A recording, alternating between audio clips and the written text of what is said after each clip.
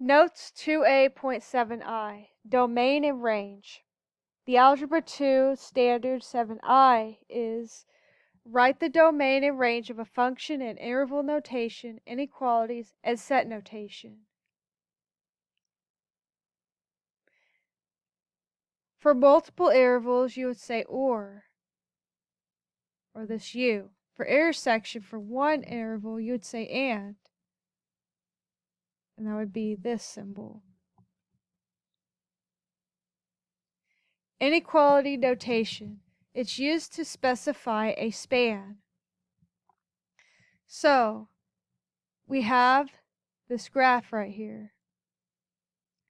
The red lines are for the domain, left, right, x. We have two vertical lines, one on the left side of the graph, which would be at 3, and one on the right side of the graph, which is 5.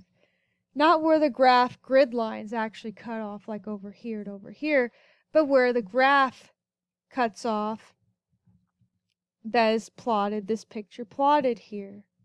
So our domain in inequality notation would be from 3 to 5, we have x in the middle, and then we're going to use inequality symbols. This is a closed point, so we're going to have a line under it. The right side has an open hole, so we're not going to have a line under it. For the range, we have down, up, y.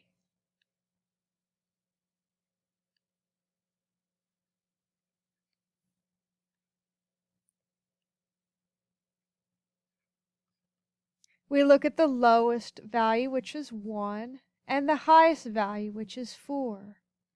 We're going to put a y in the middle. The lowest one is a hole, no line. The highest one is a point. We're going to put a line there. Notice they might also interchange the y with f of x instead. Be careful of that. Interval notation. Used to give limits on a smooth, almost smooth curve that usually contains arrows. For multiple, you would put a u for union, and for intersection, it would be upside down u. You wouldn't use this when actually talking about the intersection. You would just put two numbers together as one interval. Okay, let's do the domain, left, right, x. Now, on the left side, we have an arrow. On the right side, we have an arrow. Whenever you have an arrow, x is going to negative infinity on the left side, and on the right side's arrow, x is going to positive infinity. So your domain would be from negative infinity to positive infinity. The range is down, up, y. We find our lowest one, which is negative 4. Our positive one goes up forever, so that means y is going to positive infinity. So our notation would be bracket negative 4, comma, infinity.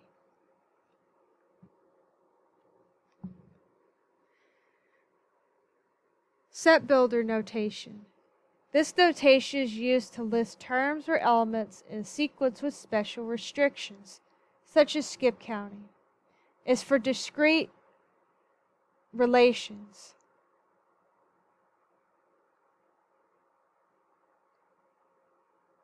Okay, let's identify the x's for each of these. We have 1, 2, 3, 5, and 6.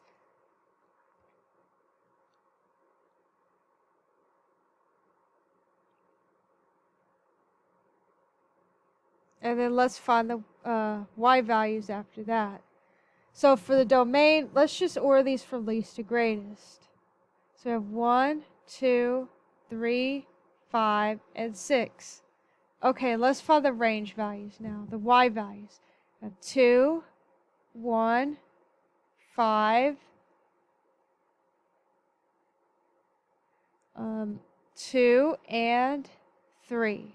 We're going to order these from least to greatest. The smallest one's 1, and then 2, 3, and 5.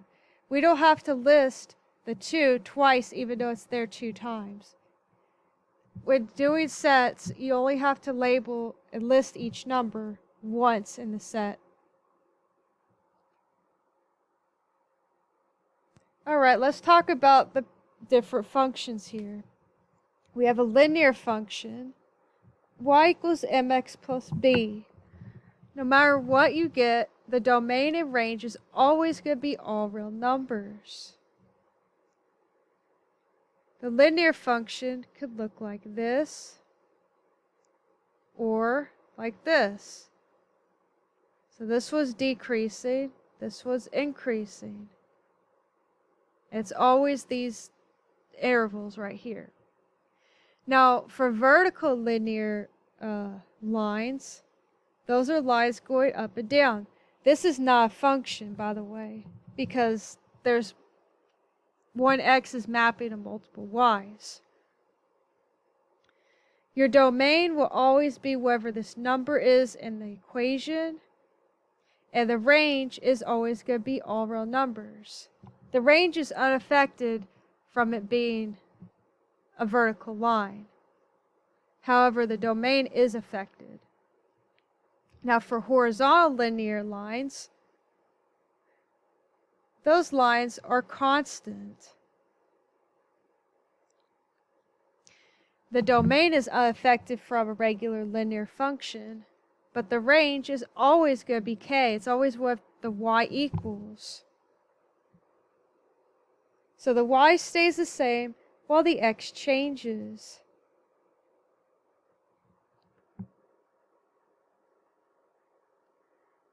Next we have absolute value. We could have a right side up v or an upside down v. Our domain's always going to be all real numbers. But our range is going to change depending on if it's facing upwards or downwards. So if it's facing upwards, it's going to be from k to infinity. This number right here is h comma k. K is the y value of the vertex.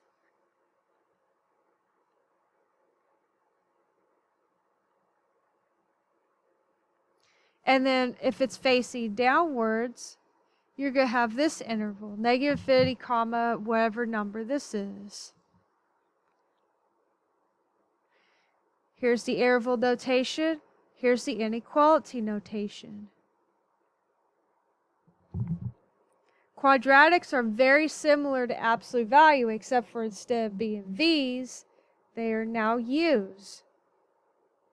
So we have a right side up u and an upside down u.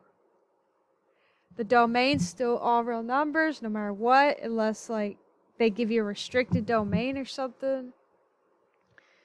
And then same thing with these. It'll be a right side up u for this. It'll be upside down u for this one.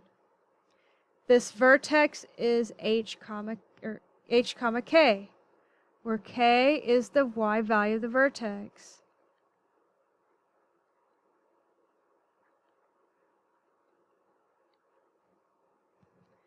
If you have an old copy of this, be sure to flip these two inequality signs right here.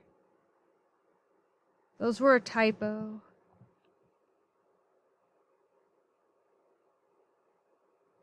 Okay, now we have square root functions. So we can have it going like this, like that, or like this. So there's 4 different directions on these. Unlike quadratic and absolute value, they only have 2. So for these, it all depends on h for the domain and k for the range. This point right here is h comma k. We'll still call it vertex. So for h to infinity, you're going to either have this graph or this graph. For negative infinity to h, we're going to either have this graph or this graph.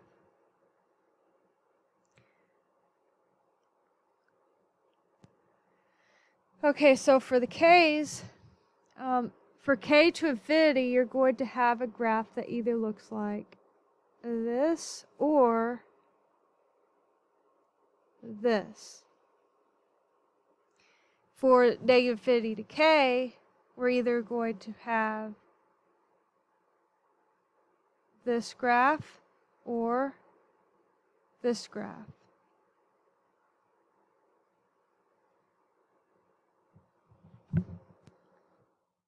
For cube root functions, those are kind of like linear functions because it's going to be all real numbers no matter what you do to it, what transformations. So you can either have one that looks like this or one that looks like that. Cubic, we have this one and this one.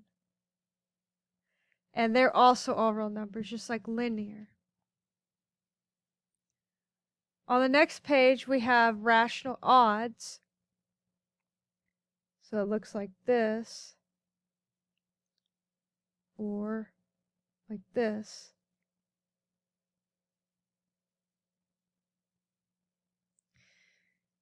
For these, the domain is from negative infinity to h, union h to infinity. And the range is negative infinity to k, union k to infinity. And those will remain the same no matter what the transformations are. Now h corresponds with the vertical asymptote.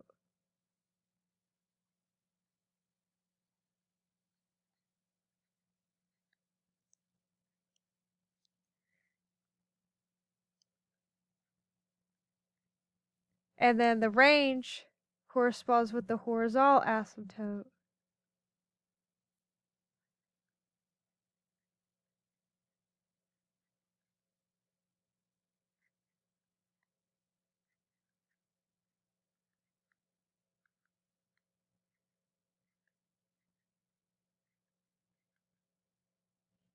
For rational evens, those will look like either this, they're both pointing up, or they're both pointing down. For that one, the domain is unchanged. It's still depending on that vertical asymptote. Now, the range is either going to be negative infinity to k or k to infinity. It still depends on what the horizontal asymptote is. But it's either going to be pointing down like this for this interval, or it's going to be pointing up for this interval.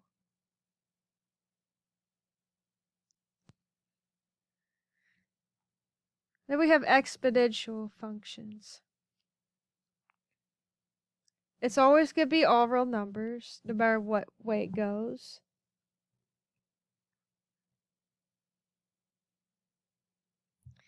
Now, the range is either going to be from k to infinity, where k is going to correspond to horizontal asymptote again.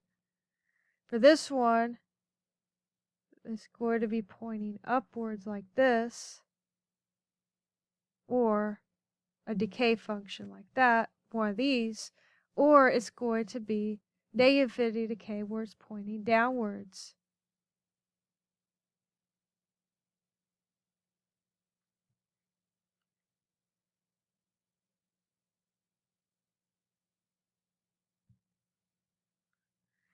And you'll see later that this was growth, this was decay, this was decay, and then this one right here is growth. And then we have logarithmic. So for this one, it's the vertical asymptote that we have here, and there is no horizontal asymptote, it's just all real numbers for the range. So for h to infinity, we're going to either have this or this. And then from negative infinity to h, it's just going to be reflected across that line.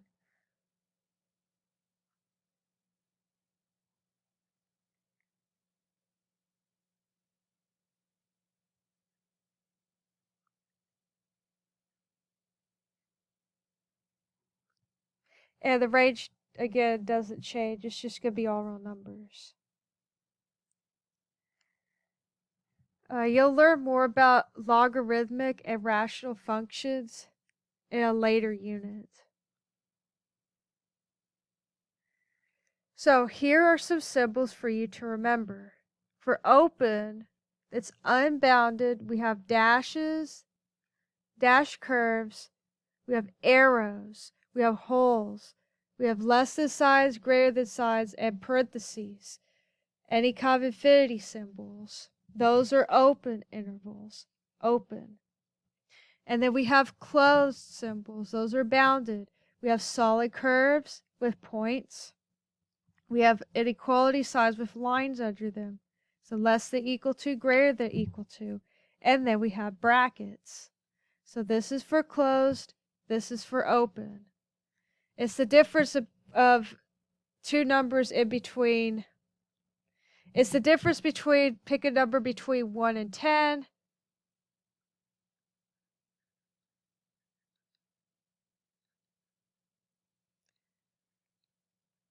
For open, you couldn't choose 1 and 10.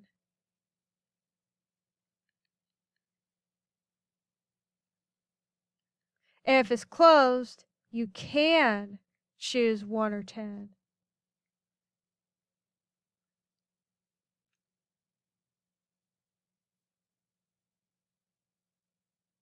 So remember, this notation is there to make it less ambiguous.